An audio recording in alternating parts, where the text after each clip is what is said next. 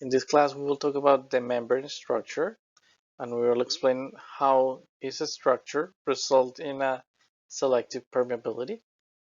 And we know that the membrane is constantly exchanging materials. So for example, in this schematic, you can see that there are different ions that have to get in, while other ions have to go out. And for example, amino acids, some of them should be transported inside of the cells, while our molecules like glucose and water should also be interchanged. So the cell must be is constantly exchanging materials, and to do that, the membrane is the one that is in charge of controlling how much should get in and how much should go out. And it have all these amazing proteins and different mechanisms to do that, to regulate which one should be in and which one should be out.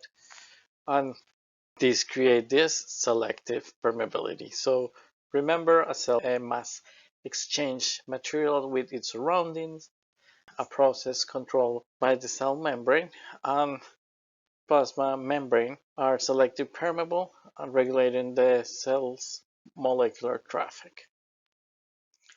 And today we will talk about these 5 points, talking about how the membrane structure results in selective permeability. We will talk about passive transport, then we will talk about active transport, and we will talk about how these mechanisms are very different, and one requires energy while other one is just mainly diffusion. And later we will finish talking about how big molecules are able to go across the membrane. So let's start. To start, I will discuss today that different gases like CO2 and oxygen are able to cross the membrane, hydrophobic molecules, small polar molecules, as well as large polar molecules, and charged molecules. All of them are able to cross the membrane. But how they do it? They have to use different mechanisms to cross, not only through the membrane, but at the right amounts. So let's see how the membrane is able to do these kind of things. To start, let's watch in this video from your textbook. The plasma membrane is selectively permeable. It lets some substances through and not others. The hydrophobic interior of the bilayer is one reason membranes are selectively permeable.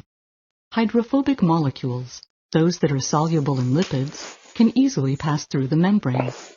In addition, small molecules like O2 can sneak between the phospholipids of the membrane. On the other hand, large hydrophilic molecules like glucose and ions such as sodium ions and hydrogen ions cannot pass through the membrane unaided. So based on what we just watched, from all these molecules, they told us that there are some that pass through, and I want that you try to remember which one of these one are able to pass very easily and which are not able to pass through the membrane. So gases like CO2 and oxygen, they easily pass. There's one, these hydrophobic molecules also easily pass. Water and ethanol, they can pass, but in smaller amounts, so depend on diffusion. And on the other hand, glucose, amino acids, and charged molecules like ions, they cannot pass to the membrane. This is important, and we're going to show you they have special channels, like tunnels using proteins that allow them to go inside of the cell in the amounts that are needed. But why these 3 type of molecules can cross? And the answer is because they are small, and because as they are small, they are able to cross.